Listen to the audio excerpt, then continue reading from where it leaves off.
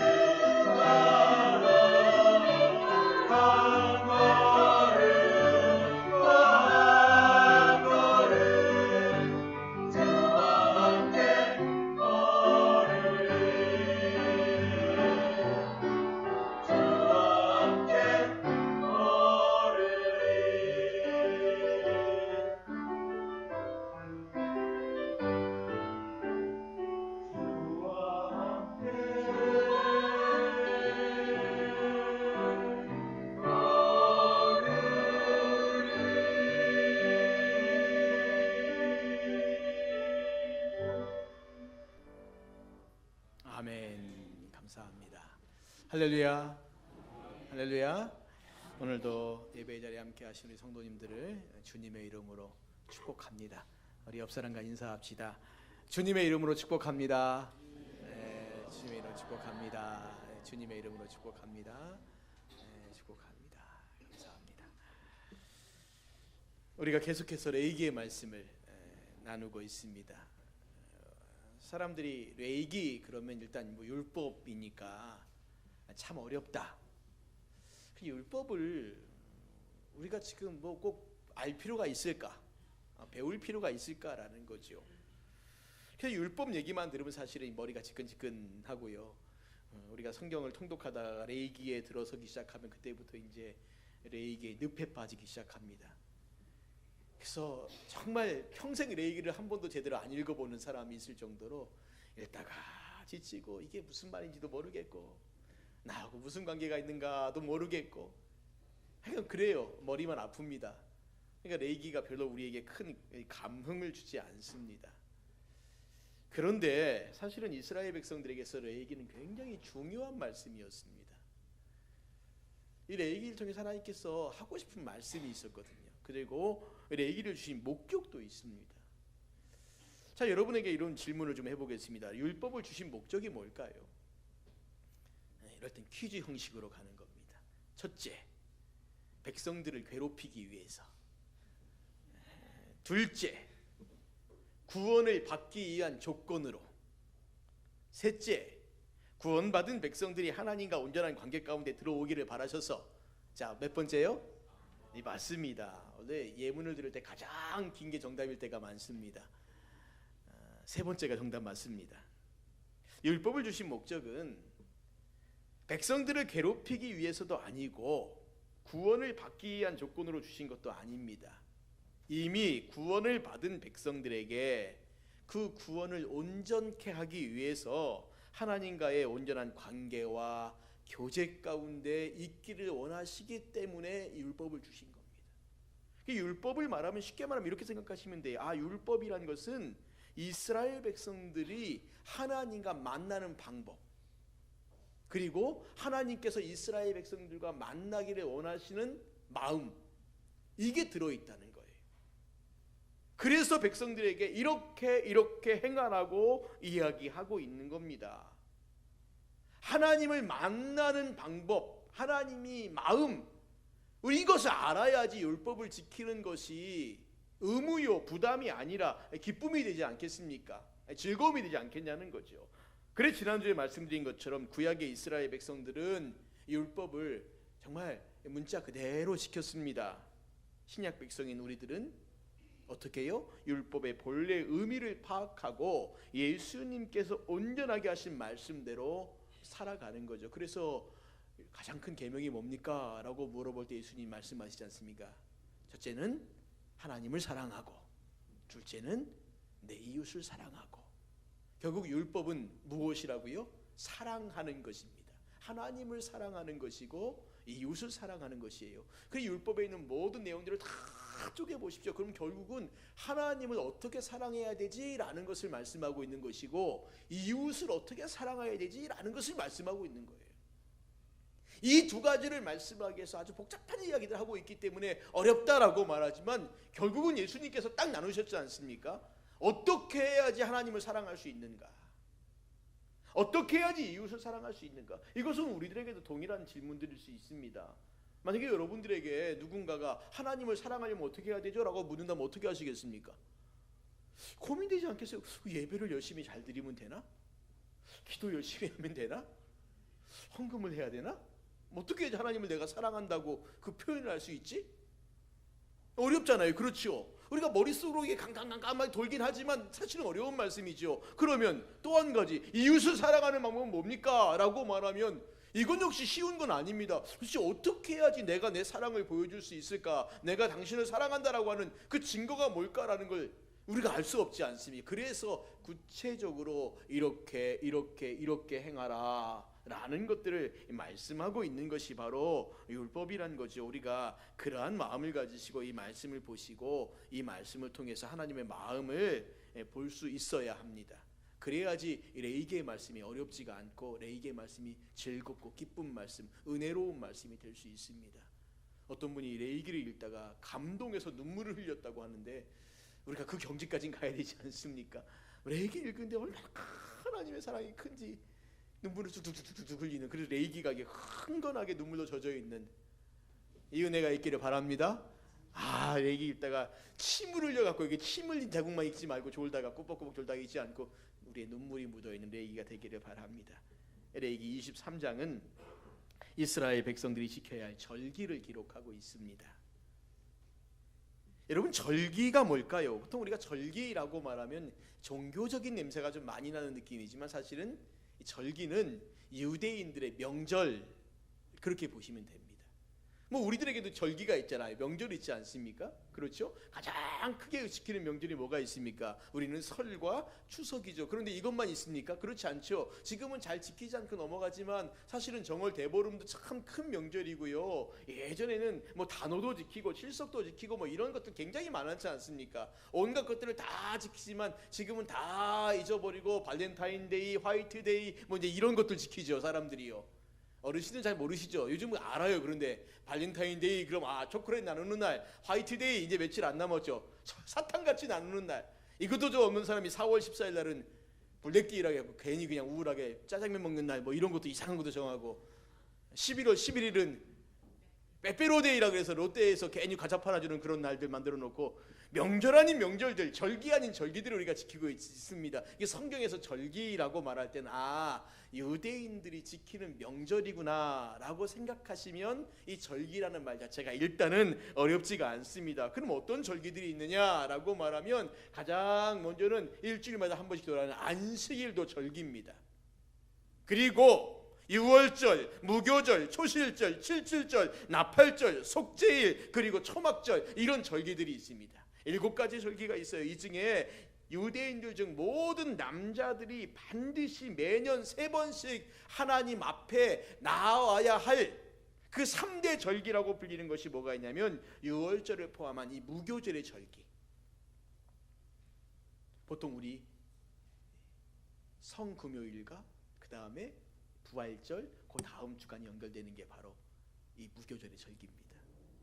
그래서 6월절은 참 쉬워요. 우리 고난주간, 그리고 금요일, 이때가 6월절이에요. 유대인들이 그때 6월절을 지킵니다. 그 다음에 맥추절, 칠칠절 혹은 오순절이라고 하는 바로 그날이 유대인의 2번째 절기고요. 마지막 3번째가 수장절, 초막절 혹은 장막절이라고 불리는 이것이 이 3번의 절기입니다. 이런 절기 하나하나 다 설명하려면 이제 아마 이분 갖고 설교를 20번도 해야 될지 모르겠습니다. 그래서 그렇게 하지 않고 그냥 뭉뚱거려서 한 2-3번 정도 더 설교를 할 것이고요. 오늘은 왜 하나님께서 유대인들에게 이런 명절을 주셨는가, 왜 이런 절기를 지키라고 하시는가, 절기를 주신 이 목적을 기억하면서 오늘 우리가 하나님 앞에 어떤 자세로, 어떤 마음가짐으로 서야 될까 하는 것들을 같이 나누려고 합니다. 하나님께서는 왜 유대인들에게 이런 절기를 지키라고 하셨을까요? 목적이 있지 않겠습니까? 왜 이런 절기를 주셨을까요? 크게 3가지를 볼 수 있는데, 첫째는 하나님과의 만남을 위함입니다.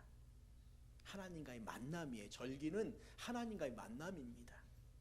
하나님께서 광야에서 이스라엘 백성들을, 그들에게 너희가 나와 만나는 수단들, 방법들이 몇 가지가 있다라고 정해주신 것이 있었습니다. 이스라엘 백성들이 어떻게 우리가 하나님 앞에 나아가야 합니까? 고민하고 있었을 텐데 하나님께서 그들에게요, 이스라엘 백성들에게 하나님을 만나는 방법을 설명해 주셨는데, 첫 번째가 바로 뭐냐면 하나님과 만나는 장소, 어디입니까? 성막이죠. 2번째, 하나님을 만나는 방법, 그게 제사입니다. 3번째, 하나님을 만나게 하는 중재자, 제사장이죠. 그리고 마지막 4번째가 뭐냐면, 그럼 하나님 앞에 언제 나와야 합니까? 뭐 물론 매일 나와도 상관없어요. 매일 나와도 상관없고 매주 나와도 상관없지만 하나님께서 특별하게 정하셔서 이때는 꼭 나와야 돼 라고 말씀하신 그 하나님을 만나는 때, 그게 바로 절기입니다. 절기는 하나님께서 이스라엘 백성들을 만나기 위해서 특별히 정해주신 시간입니다. 이때는 반드시 하나님 앞에 나오라는 겁니다. 사실 이 절기에 반드시 하나님께 나와야 한다는 이 말씀을 뒤집어 보면 그렇게 해서라도 하나님께서는 이스라엘 백성들을 만나기를 원하셨다는 거예요. 예를 들면 이지 않겠습니까? 결혼한 자녀에게 야 1년에 몇 번은 꼭 네가 나를 만나야 된다 라고 말하는 건 그 자녀에게 부담을 주기 위한 것이 아니라 부모가 1년에 몇 번이라도 정말 보고 싶은 마음 아니겠습니까? 가까이 살면 상관없지만 멀리 떨어져 살고 있으면 야 1년에 꼭 몇 번은 봐야 된다 라고 말하면 듣는 자녀가 부담이 될 수도 있지요. 아, 왜 1년에 꼭 몇 번을 꼭 봐야 되나? 그런데 뒤집어 생각해 보면 부모가 나를 만나보고 싶어 하는구나 라는 거지요. 거기 부모의 마음이 포함되어 있는 겁니다. 우리가 보통 절기 그러면 하나님 앞에 꼭 나아가야 되는 아주 힘든 부담스러운 일이지만 뒤집어 보면 그렇게라도 정해놔야지 그날이라도 기억하고 하나님 앞에 나온다는 거예요. 하나님은 그렇게 해서라도 이스라엘 백성들을 만나고 싶으셨다는 겁니다. 물론 매 안식일마다 모든 절기마다 다 그렇게 만나길 원하셨지만 이 백성들의 형편을 아세요. 상황도 아시기 때문에 절기 중에 특별히 이 새 절기에는 반드시 그래야 한다라고 아주 못을 꽝 박아버리시는 거예요. 다른 날에 와도 상관없다는 거예요. 더 많이 와도 괜찮다는 거지만 그러나 반드시 이 세 번의 절기에는 꼭 와야 된다는 거죠. 그것이 출애굽기 23장 17절 말씀, 신명기 16장 16절 17절에 보면 이렇게 나옵니다. 출애굽기 23장 말씀 제가 읽어드리겠습니다. 내 모든 남자는 매년 3번씩 주 여호와께 보일지니라. 신명기 16장에 이렇게 말해요. 너희 가운데 모든 남자는 1년에 3번 곧 무교절과 칠칠절과 초막절에 내 하나님 여호와께서 택하신 곳에서 여호와를 배웠고 빈손으로 여호와를 배워보지 말고 각 사람이 내 하나님 여호와께서 주신 복을 따라 그 힘대로 드릴지니라 말씀합니다. 여기서 먼저 주목할 말이 뭐냐면 뵙다라는 거예요. 여호와를 배웠고 이 말씀에는요 하나님을 사모하는 마음으로 만나라는 의미가 포함되어 있습니다. 배웠고 하니까 이게 아니라 하나님을 배웠고라고 말할 때 기쁜 마음으로 만나라는 거예요. 마치요 이렇게 생각하시면 어떨까요? 요즘은 뭐 초등학교, 중학교에서 아이들 성적표 나올 때 점수 같은 거 안 써 있잖아요. 그렇죠. 등수도 안 써 있고 그래서 뭐 초등학교 다닐 때 우리 아이가 뭐 전교 1등 했다 그러면 그거 거짓말입니다. 알 수가 없는데 어떻게 전교 1등 했을까요? 근데 예전에는 초등학교도 그렇고 중학교도 그렇고 점수가 나왔습니다. 뭐 수음이 양가 초등학교 때는 그렇게 나왔지만 중학교 때는 몇 점 그리고 반에서 몇 등 전교에서 몇 등 뭐 이런 것들이 나왔습니다. 시험은 또 얼마나 많이 봤습니까? 그냥 매월마다 보고 그 다음에 중간고사 보고 기말고사 보고 시험을 참 많이 봐요. 요즘 또 시험도 많이 안 봐요. 그러니까 예전에는 시험 보는 것도 힘들었지만 사실은 더 힘든 게 뭐냐면 시험을 딱 보고 난 다음에 성적표 나오는 날 성적표 딱 한 번만 주면 얼마나 좋아요. 그런데 중학교 가면 매번 시험 볼 때마다 성적표 나옵니다. 몇 점, 몇 등, 평균 몇 점. 그러니까 성적표 나올 때 되면은 항상 사람들 반응이 두 가지로 갈라지죠. 한 반응은 죽었다 하는 반응, 부모에게 보여줘야 되니까 죽었다 하는 반응. 또 한 반응은요 너무 시험을 오랜만에 잘 봤는지 아니면 원래 잘 보는 건지 모르겠지만 시험을 잘 봐가지고 마음이 막 두근두근 하는 그런 사람들 있습니다. 저는 시험만 보면 좋았어요. 공부를 조금 했거든요. 만만큼 했습니다. 그래서 딱 성적표 받으면 집에 빨리 가야지 그리고 마음이 두근두근 했었습니다. 나이가 들어서 공부를 더 잘해야 되는데 나이가 들어서 좀 못했지만 어쨌거나 학교 다닐 땐 그랬습니다. 상을 받는 이 아이, 상장을 받은 아이가요 상장을 딱 받은 이후에 집에 가는 발걸음은 어떨까요? 신나죠. 기쁩니다. 왜요? 그거 보여주고 칭찬받고 싶은. 그 부모가 집에 없으면 서러워요. 오히려 집에 딱 갔는데 엄마가 느리는데 없어요. 그럼 서럽지 않습니까? 근데 엄마가 있어요, 아빠가 있어요. 그럼 얼마나 신나니까 쫙 내밀고 어깨 으쓱거리면서 나 좀 칭찬해달라고 그러는 거지요. 오늘 여기서 여호와를 배웠고 라는 말이 그 말이라는 거예요. 하나님께서 이 절기를 지키는 것이 이스라엘 백성들에게 짐으로 여겨지는 것을 원하지 않으셨다는 겁니다. 기쁨과 즐거움으로 나오라는 거예요. 하나님 만나는 것이 너희들에게 기쁨이 되고 즐거움이 되었으면 좋겠다는 겁니다. 여기서 또 한 가지 우리가 볼 게 뭐냐면 빈손으로 배웁지 말고 라고 말하죠. 이 말도 사실은 부담돼요. 뭐 예물 가지고 오란 말인가? 예, 맞습니다. 그런데 신명기 16장에 보시면 빈손으로 여호와를 배웁지 말고 그 다음에 뭐라고 말하냐면 각 사람이 내 하나님 여호와께서 주신 복을 따라 라고 말해요.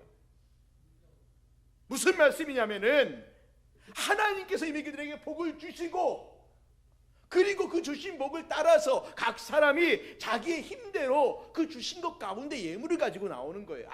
아무것도 안 주시고 예물 내놔라 이것이 아니라 이미 주시고 그 예물 가지고 나오라는 겁니다.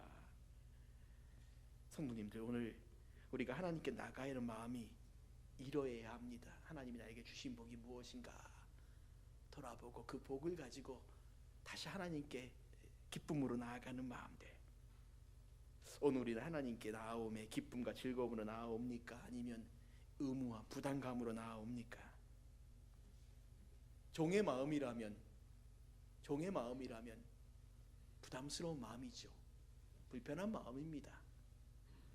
오늘 새벽에 탕자 비유 두 번째 이 맏아들에 관한 이야기를 잠깐 나누었는데 이 맏아들을 보세요. 아버지 집에서 열심히 일합니다. 그런데 이 맏아들이요 집에 가니까 막 풍악 소리가 울리고 잔치가 막 혹시 뭐야? 너무 궁금해요.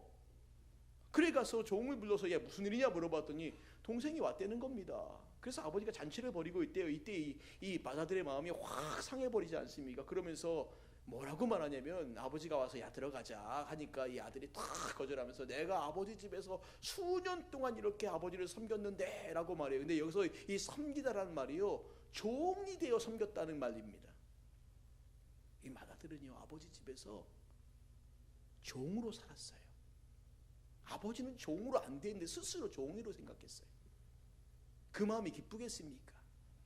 그 마음이 즐겁겠습니까? 아니 아버지는 내가 내 친구들과 놀라고 염소새끼 한 마리 앉아놓고 저 아버지 재산 다 들어먹고 이제 겨우 거지꼴 돼서 들어온 저 아들을 위해서는 송아지를 잡아줘. 이게 말이 되냐고. 이게 종의 마음이라는 거예요. 그러니까 이 잔치를 보면서도 안 기쁜 거지요. 기쁠 수가 없습니다.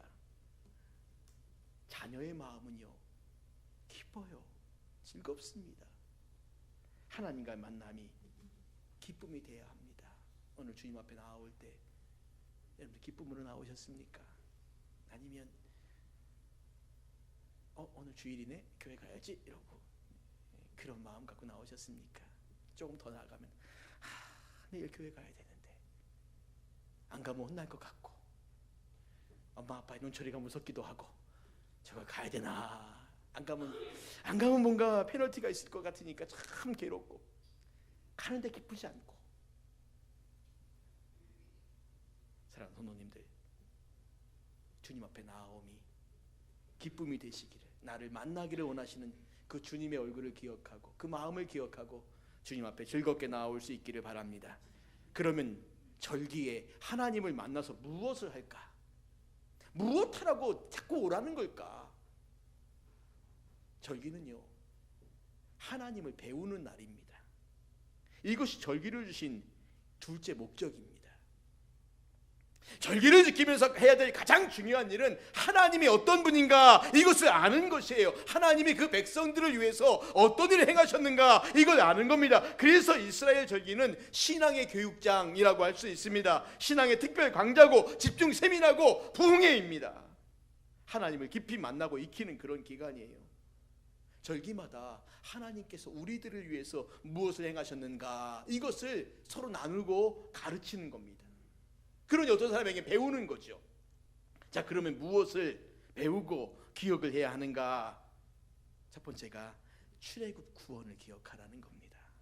유교절, 유월절과 무교절이 그런 의미가 있습니다. 이스라엘 백성들은요 유월절을 보내고 유월절 만찬을 나누고 무교절의 절기를 보낼 때마다 그들은요 하나님이 구원의 하나님이라는 사실과 하나님에 의해서 우리가 구원받았다는 사실을 반복해서 배우고 또 기억하고 또 가르쳤어요. 지금도 이스라엘 사람들 이 유월절을 보내고 무교절을 보내면서 계속 자녀들에게 그걸 가르칩니다.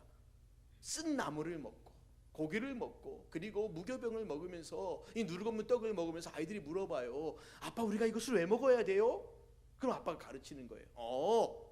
우리 조상들이 애굽에서 종살이 할 때 하나님께서 강한 손과 표심팔로 우리를 구원하시고 애굽을 탁 치셨는데 그 마지막 치심이 바로 애굽의 장자를 치신 사건인데, 그 장자를 치실 때 우리를 건너가게 하신 사건, 그때 우리가 먹었던 음식이 바로 이것이야.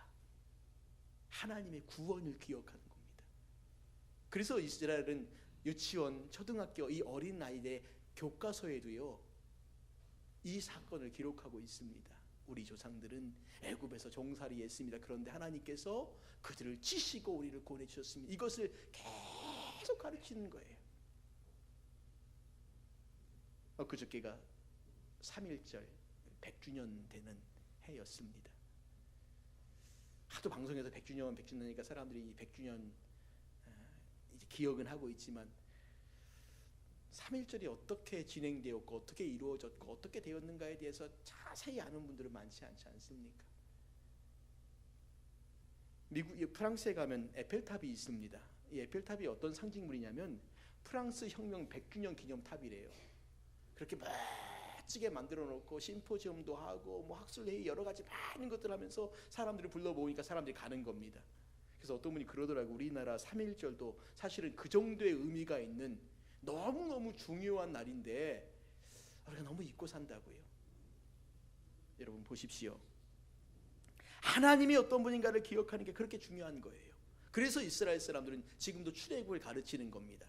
우리가 애굽의 종이었다, 하나님이 우리를 구원해 주셨다, 이것을 계속 반복해서 신앙교육을 시키고 있는 겁니다. 또 하나는 하나님이 주신 복을 되새기는 겁니다. 특별히 추수와 관련된 절기들, 초실절, 칠칠절, 수장절 이런 것들을 통해서 하나님께서 얼마나 세밀하게 백성들의 삶을 인도하고 계신가라는 것을 또 가르치세요. 내일을 따라 이른비와 늦은비를 주시고 알맞은 햇빛을 주시고 양떼를 보살펴 주셔서 오늘 우리에게 이 먹을 것이 생겼다는 거예요. 하나님이 은혜로 복을 주셔서 오늘 우리가 이것을 누린다라는 것을 가르치는 겁니다. 그리고 기뻐하는 거예요.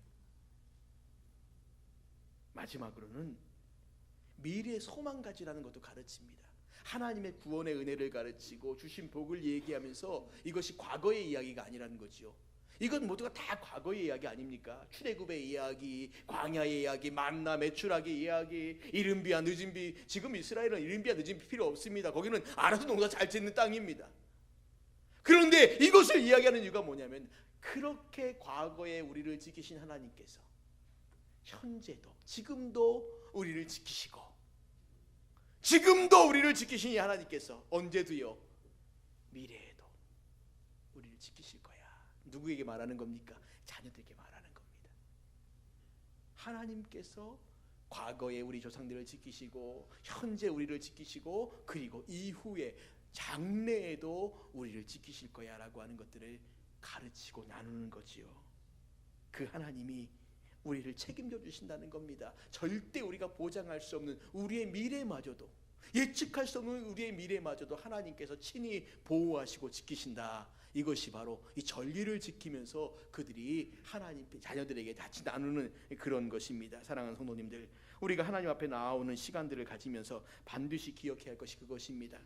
그것은 하나님은 우리 구원의 하나님이시고 우리를 지키시며 인도하는 분이시고 우리에게 복을 주시는 분이시고 그 은혜는 과거에도 현재에도 그리고 미래에도 베푸신다는 거죠.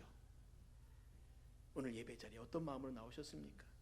아무 생각 없이 아무 마음 없이 나오시면 안 됩니다. 하나님이 어떤 분이신가를 기억하십시오. 나에게, 우리 민족에게 베푸신 은혜가 무엇인가를 기억하고 그리고 그 은혜가 오늘도 그리고 이후에도 계속 되어질 것들을 소망하고 기도하면서 하나님 앞에 나아가는 겁니다.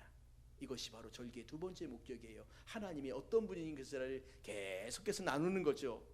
자, 그러면 절기에 하나님을 만나서 하나님 배우면 어떤 일이 벌어질까? 하나님께서 이스라엘 백성들에게 절기를 통해서 주신 세 번째 목적은 뭐냐면 그 하나님 앞에서 기뻐하고 즐거워하라는 겁니다. 그래서 이 모든 절기들은, 모든 명절들은 유대인들에게 축제입니다. 유월절, 무교절, 그 맛없는 거 먹죠. 근데 이게 만찬이에요. 유월절 만찬을 같이 나누고, 그리고 모든 절기마다 기뻐하고 춤추고, 심지어 특별히 이 추수와 가게는 절기를 보내면요 정말 잔치가 벌어져요. 춤을 추고 노래를 부르고 그러면서 얼마나 기뻐하는지, 얼마나 즐거워하는지 하나님이 이것들을 주셨다는 겁니다.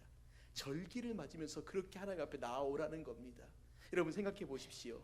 명절에 자녀가 부모를 찾아가면 부모에게 가는 길들이 사실은 쉽지 않죠. 특별히 멀리 지방에 있다, 시골에 있다 그러면 가는 길이 얼마나 멀겠습니까?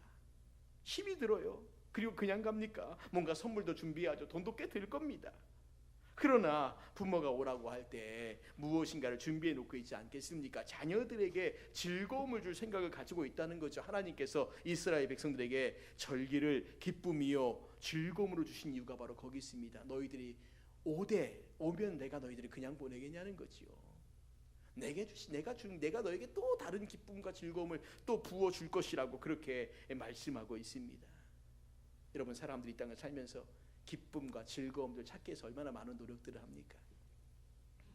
그런데 그 기쁨과 즐거움 찾기 위해서 노력하고 애쓰는데 인간들이 만들어 놓은 기쁨과 즐거움이 영원하지 않죠. 참 놀라운 것은요, 인간들이 뭔가 기쁨과 즐거움의 일들을 만들어서 그 안에 잠깐의 기쁨을 누리면은 조금 지나면 그 기쁨이 변화의 괴로움이 될 때가 참 많습니다. 그게 뭐 좋은 방법을 택하든지 아니면 극단적으로 이런 사람이 있지 않습니까? 정말 극단의 즐거움을 누리기 위해서 마약을 하는 사람들도 있어요.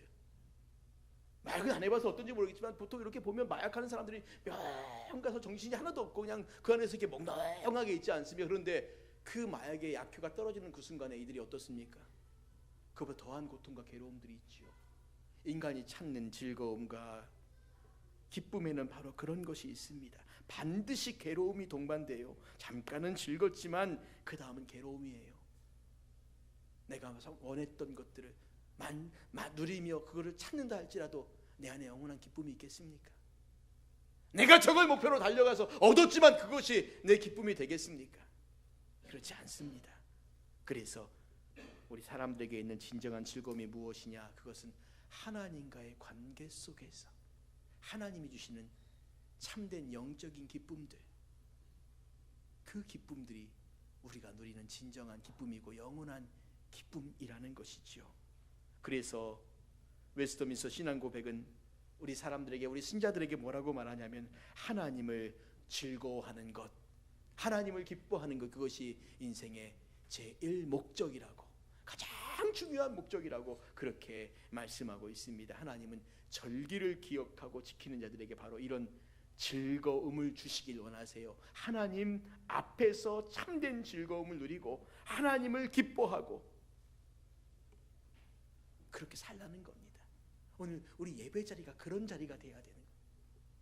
내가 예배를 가야지 하는 마음에 벌써 기쁨이 있고 즐거움이 있고 보고 싶은 사람, 반가운 사람, 만나야지, 하나님 앞에 나가니 너무 기쁘다, 이 마음으로 우리가 와야 되는데 참 이 마음으로 못 나올 때가 너무 많지 않습니까? 어제 토요일, 내일 주일이니까 교회 가야지, 예배 드리러 가야지, 신나가지고 어쩔 줄 모르고 동동동동 거리셨습니까? 안 그러셨을걸요. 아마 대부분 다 내일이 주일이구나 라고 생각하신 분들도 있었을 것이고, 어쩌면 너무 바쁘니까 생각도 못하고 있다가 오늘 아침에 오늘 주일이네, 교회 가야지, 그리고 아마 그냥 그 마음 갖고 오신 분들 분명히 있을 겁니다. 하나님께서는 너희들이 나의 앞에 나아올 때 그 기쁨으로, 그 즐거움으로 나아오라고 그렇게 말씀하세요. 어떨 때 이런 즐거움과 이런 기쁨들이 생길까요? 우리의 눈이 나만을 바라보고 내 주변과 세상을 바라보는 눈에서 지금 바뀌어야 돼요. 하나님을 바라보는, 하나님이 어떤 분이신가를 우리가 기억하고 생각하고, 그리고 그 하나님을 바라볼 때 내 안에 하나님께 향하여, 하나님을 향하여 나아가는 그 기쁨들이 우리에게 생길 것입니다. 오늘 사실은 안식일 얘기까지 쫙 하려다가 그 얘기까지 하면 거의 1시까지 갈 것이기 때문에 이제 여기서 얘기를 마무리하려고 합니다. 사랑하는 성도님들, 꼭 기억하십시오. 하나님께서 우리에게 내 앞으로 나아오라고, 예배를 드리라, 이 모든 것은 우리에게 부담을 주고 힘들게 하고 고통을 주게 한 것이 아니라 기쁨을 주시려고, 즐거움을 주시려고, 그러시려고 우리를 부르신 거예요. 여러분, 주일이 어떤 날입니까? 주님이 부활하신 날이지 않습니까? 그래서 초대교회 성도들은 안식일에도 모였지만 주의 날, 안식 후 첫날에 모여서요, 그 부활의 기쁨을 같이 나누었어요. 그렇기 때문에 그들의 기쁨은 같이 모여서 떡을 떼고 나누고 교제하고 기뻐하고 즐거워하는 이런 정말 잔치가 벌어지는 그런 날들이었습니다. 근데 오늘 우리의 문화가 그래서 그런지 모르겠지만 우리는 참 예배 드릴 때 많이 심각하지 않습니까? 가끔 그 외국 영화를 보다 보면 흑인들이 예배 드리는 장면들 보면 충격을 받을 때가 있어요. 목사님이 설교하면은 여기저기서 뭐라고 막 같이 이야기합니다. 아멘 그러고 뭐라고 막 이래. 우리는 그저 단순하게 아멘밖에 안 하잖아요. 그 사람들은 뭐라고 계속 이야기해. 그리고 막 찬양합시다 그럼 벌떡 일어나고 막 그 흑인 특유의 리듬감 가지고 춤을 추고 노래를 부르고 막 이러지 않습니까? 미국의 어떤 그 유명한 흑인 목사님이요, 우리나라에 와서 어떤 큰 교회에서 이렇게 설교를, 나름 설교를 자기가 잘한다고 막 열심히 설교를 하고 있는데 이렇게 보는데 교인들의 얼굴이 점점 막 심각해지더라는 겁니다. 이렇게. 그래서 걱정이 되더라고요. 그래서 옆에 통역하는 목사님한테, 아니 목사님, 내가 지금 설교를 잘하고 있느냐, 왜 이렇게 교인들이 얼굴이 점점 이렇게 찌그러져 가고 있느냐. 옆에 통역하는 목사님이 지혜롭게 말을 참 잘하셨습니다. 이렇게 말했다고 해요. 목사님, 한국 교인들은 은혜 받으면 심각해집니다. 은혜 받으면 벌써 우리는 눈물을 통해 은혜 받는 스타일이지 않습니까? 우리는 깔깔깔깔 웃는 스타일이 아니라 우리는 눈물을 통해 은혜 받는 스타일이기 때문에 은혜 받으면 그때부터 심각해지기 시작해요. 그래서 인상을 쓰고 있어서 지금 목사님 설교 너무 잘하고 있는 거라고, 저렇게 교인들이 심각해하면 심각해할수록 은혜 설교 잘하시는 거라고.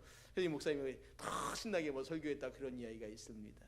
물론 그건 우리 민족성이기 때문에 그렇지만 뭐 우리 민족들도 참 춤추고 졸기 좋아하지 않습니까? 즐거워하고 기뻐하는 것들이요. 사랑하는 성도님들, 하나님 앞에 나와왔을 때는 우리에게 주신 구원의 은혜를 기억하십시오. 죄인을 불러주셔서 감사합니다. 하나님, 이것도 한두 번 들어야지 기분이 좋으시죠. 이제 하나님 너무 기뻐해요, 너무 사랑해요, 감사해요. 그냥 우리의 삶이 그렇게 축제가 되어지고 예배가 축제가 되어지고 감사가 되어질 때 이 드려지는 예배 통해서 우리 하나님의 마음도 알고 또 하나님이 앞으로 더 일하실 것도 기대하면서 나아가지 않겠습니까? 이제 말씀을 정리하겠습니다. 사랑하는 성도님들, 절기는 하나님께서 백성들을 보고 싶어하는 시간들입니다. 주일은 하나님께서 우리들을 보고 싶어하는 시간들입니다. 마치 명절에 부모가 자녀를 보고 싶어해서 언제 오냐 물어보는 것처럼 이 주일은 하나님께서 오늘 우리들에게 내가 너를 보고 싶어 물론 늘 보지만 그러나 이 날은 특별히 널 더 보고 싶다라고 그렇게 우리를 초청하는 날이에요. 이 날의 기쁨으로 하나님께 나아오시기를 바랍니다. 나아오셔서 하나님께서 우리에게 주신 은혜를 기억하고 복을 기억하면서 더 하나님 앞에 가까이 나아가고 하나님 앞에 설 수 있는 저와 여러분 되시기를 주님의 이름으로 축원을 드립니다. 우리 시간 같이 찬양하겠습니다. 시선이란 찬양을 같이 부릅니다. 우리의 눈이 하나님께로 향할 수 있기를 우리 소망하며 기도합시다. 우리의 눈이 하나님께로 돌려져서 하나님이 이런 일들을 행하시는구나 라는 것들을 볼 때, 우리 눈이 바뀔 때 참 감사하게도요, 고통스러운 것도 힘든 것도 어려운 것도 즐거움이 되고 감사가 될 수 있습니다. 오늘 우리가 같이 찬양을 드리면서 하나님께 그렇게 나아갔으면 합니다. 내게로부터 눈을 들어, 내게로부터 눈을 들어 주를 보기 시작할 때 주의 일을 보겠네. 내 작은 마음 돌이키사 하늘에 꿈꾸게 하네. 주님을 볼 때 모든 시선을 주님께 드리고 살아계신 하나님을 느낄 때 내 삶은 주의 역사가 되고 하나님이 일하기 시작하네. 성령이 나를 변화시켜 성령이 나를 변화시켜 모든 두려움 사라질 때 주의 일을 보겠네. 한대한 땅 한가운데서 주님 마음 알게 되리. 주님을 볼 때 모든 시선을 주님께 드리고 살아계신 하나님을 느낄 때 내 삶은 주의 나라가 되고 하나님이 일하기 시작한 모든 시선을 주님께 드리고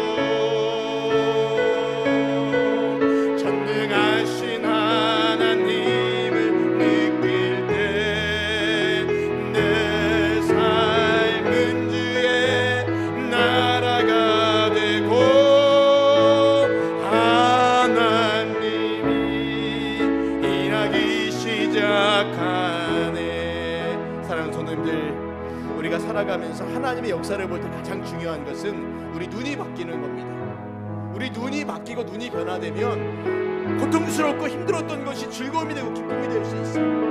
예배를 드리는 것이 이게 어떤 의미인지 모르겠습니다. 주일을 드리는 것이 어떤 의미인지 모르겠지만, 그러나 예배를 드리고 주일을 드리는 것이 우리의 시선이 바뀌면 하나님의 마음을 알고 그 은혜를 알고 주님 앞에 기쁨으로 나아갈 수 있습니다. 오늘 여기에 있는 우리 성도님들 가운데 아직도 주님 앞에 나오는 것이 부담스럽고 힘든 분들이 있다면 이제 우리 눈을 바꾸시고 마음을 바꾸시고 하나님께 나아가기를 소망하고 기도합시다. 그리고 하나님 앞에 나오는 것이 더 큰 기쁨이요 더 큰 즐거움이 될 수 있도록 우리 같이 기뻐하며 같이 하나님 나아가며 기도하겠습니다. 기도합니다. 하나님 아버지 은혜를 감사합니다. 오늘 우리가 하나님 앞에 나와 기쁜 마음